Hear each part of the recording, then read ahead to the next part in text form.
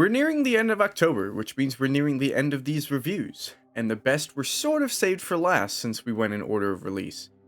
Today we're looking at a Tier 9 Premium Medium Tank. This one was made possible for a special reason though, that being the American Arachnid. This tank exists for the purpose of selling the Awaken mode ability that the Fangula had to anyone, as the Fangula was a Hot Wheels collaboration tank, meaning it was sold once and won't be sold again unless we get back that Hot Wheels license. And because of that exclusivity, they wanted to make sure players could get their hands on the ability within the mode at any time. And I really appreciate the way they did that. Although they used the same model of the AE Phase 1 that the Fangula used, they changed this tank drastically to have it play as a completely different tank to the AE Phase 1 and Fangula in standard play. And you immediately can see that with the tank class change. And you'll see many more differences as we go over this vehicle. First up is the gun. This is just called the Arachnid Autoloader, but like the Death Chariot before this, we can assume it keeps the caliber of the tank its model is shared with, so a 120mm. And as the name would suggest, it's an autoloader, with two 320 alpha rounds in a clip. With an intro clip of 2.5 seconds, that's a burst damage potential of 640. And then you're on a 15-second base reload. This gives you a total DPM value of 2195. This is good DPM, especially considering it's an autoloader of 2 rounds. It's a unique gun in that regard too, as the only other 2-round autoloaders would be the Czech Heavies that do hit harder for better burst, but aren't mediums with the DPM this thing has either. Its ammunition, however, leaves a bit to be desired. For a Tier 9 medium, it has pretty low pen, especially if it is a 120mm. With 232 standard AP penetration, with 1067 shell speed, and 280 premium heat penetration with the same 1069 shell speed. Its pen values are more so in line with 100mm at this tier, like the Lorraine 40T and Batchat 25T AP. Those of course being other autoloaders, but even the AMX 5120 with its 120mm autoloader gets good average pen with its caliber. So maybe this tank is a 100mm after all. I'll say this however, you can presume that with the gun characteristics, it makes it a 100mm, right? Lower 320 alpha and pens of 1.2. But a tank like the Lehman Russ has characteristics closer to that of a 130mm, but it's a 120mm because of its lore to the Warhammer universe. So I can presume gun characteristics don't matter, and what matters more is the model of the tank or its lore.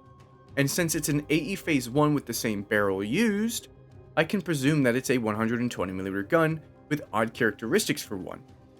Again, this is something we'd have to ask Wargaming to confirm the caliber size of this gun since it's not stated for us in-game. Either way, let's move on to the gun handling.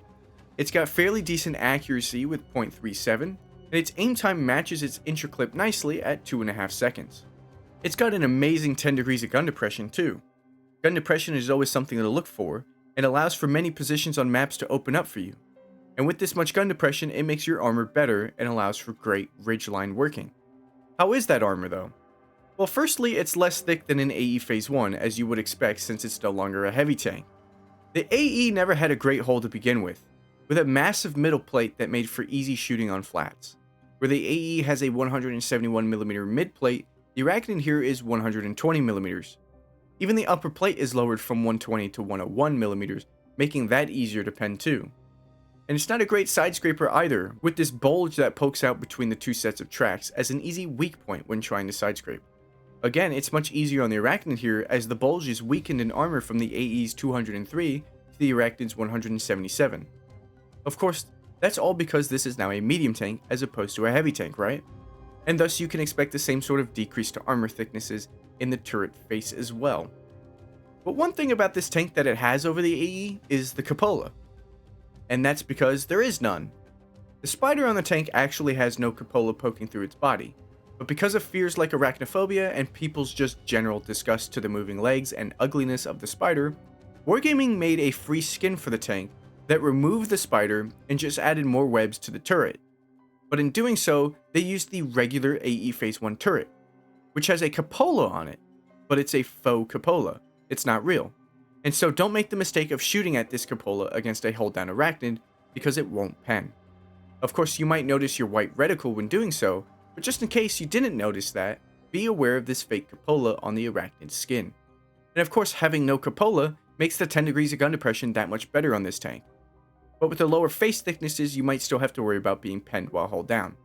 You have average HP to play with too at 1700, so even though you have an autoloader to trade with, you don't want to trade too much with other potentially hard-hitting tanks at this tier. Since that autoloader is only 640 potential and a longer reload than a single fire gun, meaning if they push you on a reload with a 390 or higher, they can trade much better than you. So mostly fight mid to long ranges in this thing, as it's not the greatest brawler with the armor and the 2-shot autoloader. Moving on to something that should be better than the AE now that it's a medium, the tank's speed and mobility. And of course, it does, with a 45 km/h top speed. This is fairly good speed for a medium, and although it shares the same 900 horsepower engine, it has a much better power to weight ratio because of the lower weight from having less armor. With 19.15 horsepower per ton, this tank is fairly nimble. It reaches those top speeds well and doesn't struggle to climb hills that much. And with its great 40 degrees a second track traverse speed, its maneuverability is very welcoming. Its spotting capabilities you would expect to get better too with the class change, and they do in regards to the view range going up from 390 to 400 meters, despite losing the commander's cupola, but its concealment actually barely changes, and only changes its moving concealment compared to the AE. This was actually quite disappointing, and something I'd like to see this tank get slightly buffed in. 20 to 30 meters would be nice to give this tank in my opinion, like they gave to the M48 Patton a while back.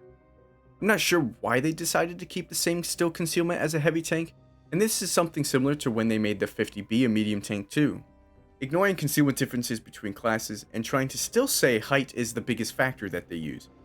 But we all know that's not the case when the Terran has better camo than the small T114 Bat, and they both share the same view range, so it's not that makes the difference either. So I don't see the rationale, or at least consistent rationale, behind something like this not getting better camo.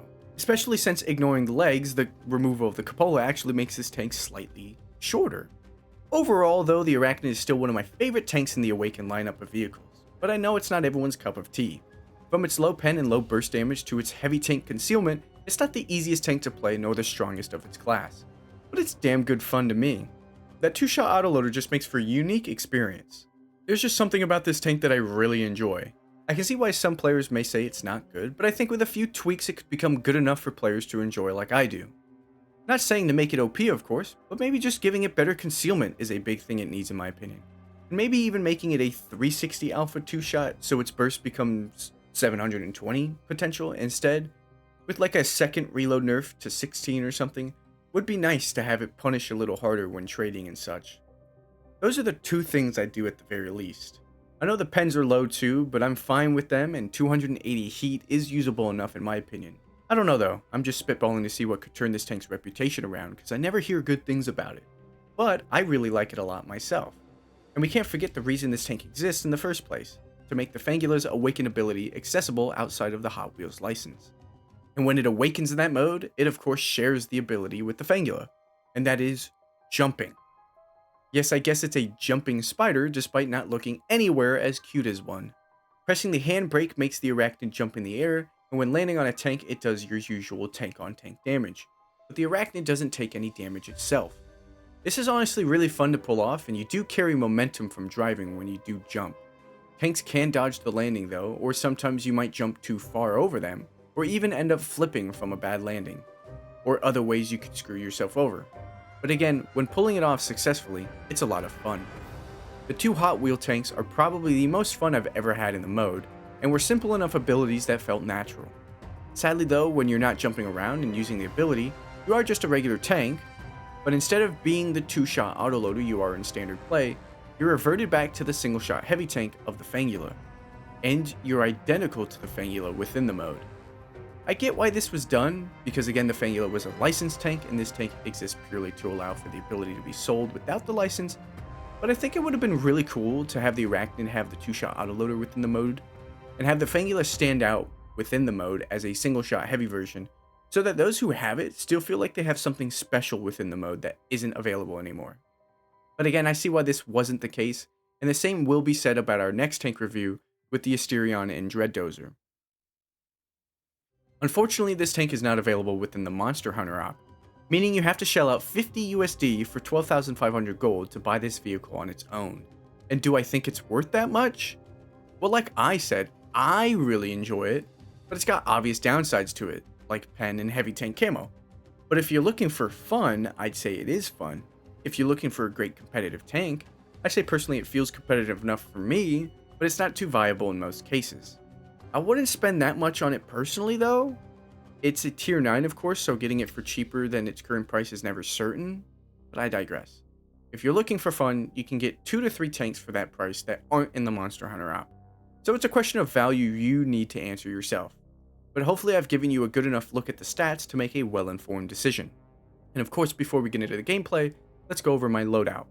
Because it is an autoloader, you can't run a gun rammer, which helps us with that camo by allowing us to use a camo net with our optics and vents, a premium repair kit, food rations, and a standard med kit for our consumables, and our commander is running with 6th Sense, rapid loading, steady aim, situational awareness, snapshot, born leader, run and gun, camo expertise, and silent driving.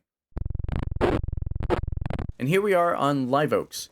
Firstly up, you can see I am showing the roster at the beginning. I made sure to include that in the clip here because for some reason, yet again, I do not look at the scoreboard at the end of the game, despite this game like definitely being the one I was going to use. Whereas the Death Chariot, I was like, maybe I'll get a better game. This one was definitely going to be the one. I had one other option that I'm deciding not to show you guys because I died relatively early on despite doing a lot of damage. And we ended up losing. Also, I got a lot of damage at the beginning because I was able to farm the side of a mouse. So it wasn't that impressive. And the way I got killed was kind of super unfortunate. I made a misplay, a miscall on what my teammate would do. And the enemy ended up shooting me instead of my teammate, despite the teammate being closer to him, and yada, yada, yada. And a fire happened, so I just got really unlucky. Otherwise, it could have been a great game, and it could have been the one I used, and that was my first game in this tank.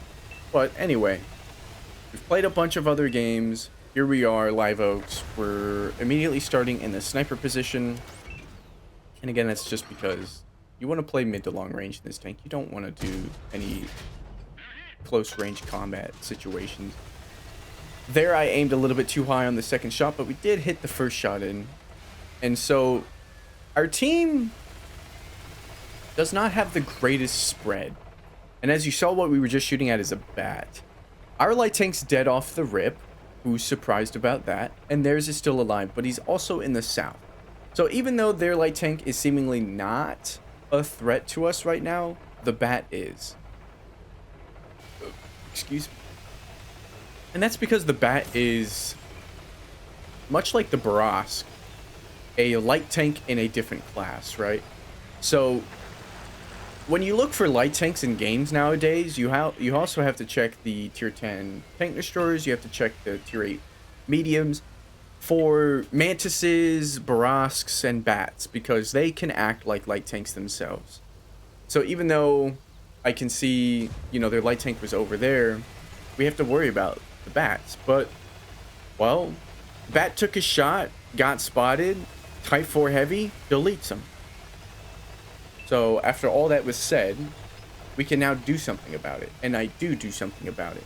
Again, knowing that the light tank's in the south, or at least was last spotted in the south, and now that the bat is dead, I'm going to push forward. I have 400 meters V range, which is on par with tier 10 heavies, right? Like this IS-7.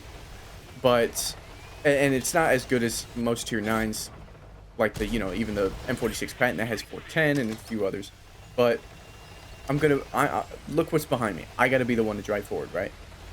Unfortunately, though, this IS-7 puts me in a pickle. And we put one round into him, and I'm waiting to see if he wants to shoot at someone else, if he turns his turret, if anything like that happens. And I know I'm somewhat relatively safe from the right side, so I wait for him to do that. Fortunately, only get a critical hit, despite it looking like we shot above his track line. And if we did shoot into his track line, you would think that would be an easier pen than shooting the side armor, spaced side armor there, but whatever. We try and shoot down some soft cover, and our one-shot Type 4 tries to rush him down.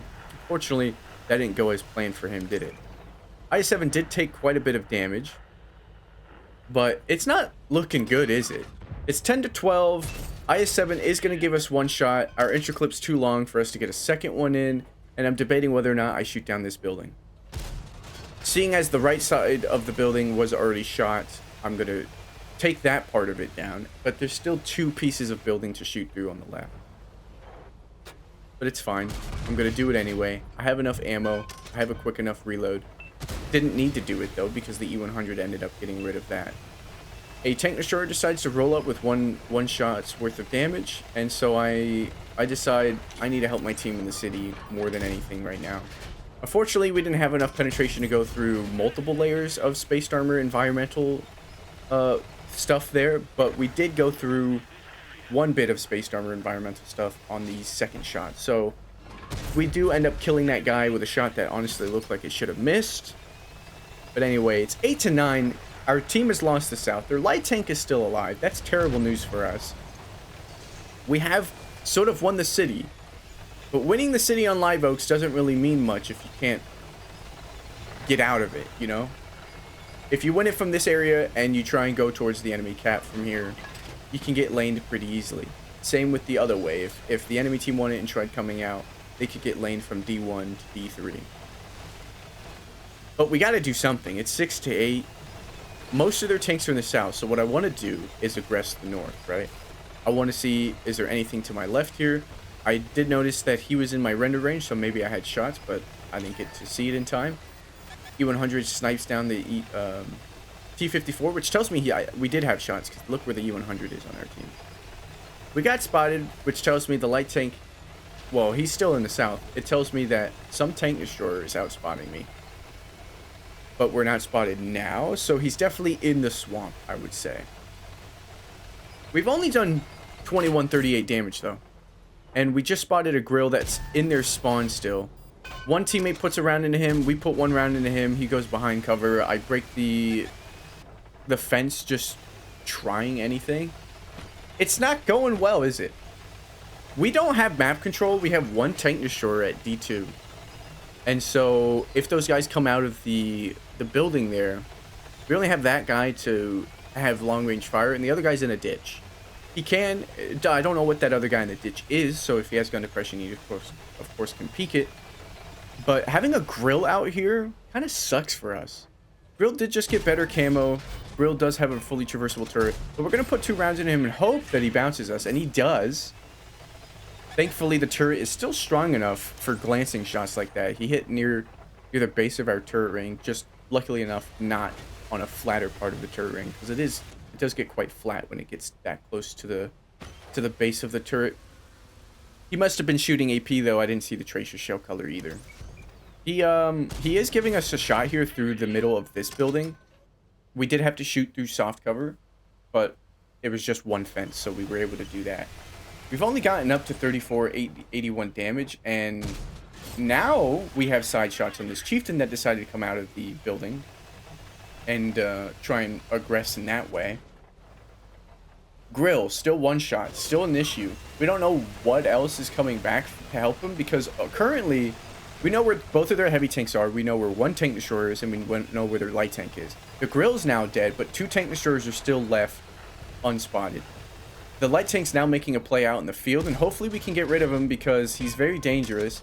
We miss our first shot, we miss our second shot. That's okay. We know one of them's a Jaeger who's still left alive, and another tank destroyer was spotted up on the 0 line. Chieftain, though, reveals himself yet again. We put 1 into him, we put 2 into him. He's now 1 shot. We didn't get spotted because of all the bushes. That was good for us. Quick reload, relatively quick reload, 2-shot autoloader. We try to take him out now. We do have to pen both. There's one, 316, and we have to pen the second. Of course we don't. He does get a round into our drive wheel, which tells me I'm not using the ridge to my advantage. And it's 4-4 now. We are making a extremely hard cap pressure on them right now. And it's a TL7 Black that's over on the left side. He can clip me out, I believe, at this point. We don't pen that shot. We do pen the second one, thankfully, though. We've now doubled our damage since we've come out of the city. We're at 4740 damage. We've gotten a bit of assisted from that grill and from other stuff. But I'm going to elect to leave my teammate at the cap circle alone for the TL7 Black so that I can try and stop this cap here. 232 standard pen. Didn't seem like enough for the first shot, but it was luckily enough for the second, which our shot was orange. I load heat for the reliability of the damage, and unfortunately we don't get the blind fire off. We're at 5,000 damage now, though, and there's still quite a bit of damage left on the board for us to do. We do hit the MBTB. Luckily, with this AP and heat combination, the heat isn't any slower than its AP round, so you don't have to adjust your fire at all when switching to heat. That's one nice thing about it. We do get the lower plate of the Jaegeru. We do hit the weakness of the MBTB, but we low rolled by quite a bit. Our guy actually took out the TL7 Black, so it's just this 48 HP MBT. And this, unfortunately, is where I'm going to be making misplays. I tried going for the cupola, or not his cupola, but I tried going for his turret weakness again. I tried going for his cut corner on the far back, but 280 heat apparently just wasn't enough to be reliable in this situation. I decided to go rushing down at him, and I believe this was actually taken before the MBT buff to 430 alpha damage.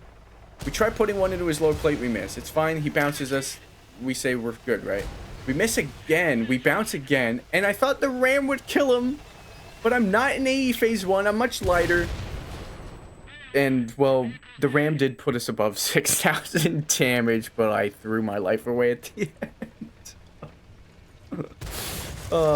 And unfortunately, the TS60 dies to him as well. So thankfully, we had a T95 capping. Yeah, I made some misplays, but overall, we made the correct decisions in most of the scenarios there to push the I-7, push the city at that time, push back towards our cap at that time. The TL7 Black somehow lost to the T95. It's all good in the end, right? 6,000 damage. Isn't the greatest I've done in this tank, but this is the only one I've recorded this high. We do have 2 marks on it. I don't know if that was our 2 marking game. I doubt it with how high it was, but it was an ace tanker. And again, like I said at the beginning of this clip, I didn't look at the scoreboard, unfortunately, but you can rest assured that there was no bots. Again, I like the Arachnid, but it's a decision you have to make if you want to spend that much gold. Thank you for watching this review. I'll see you in the next one. Take care.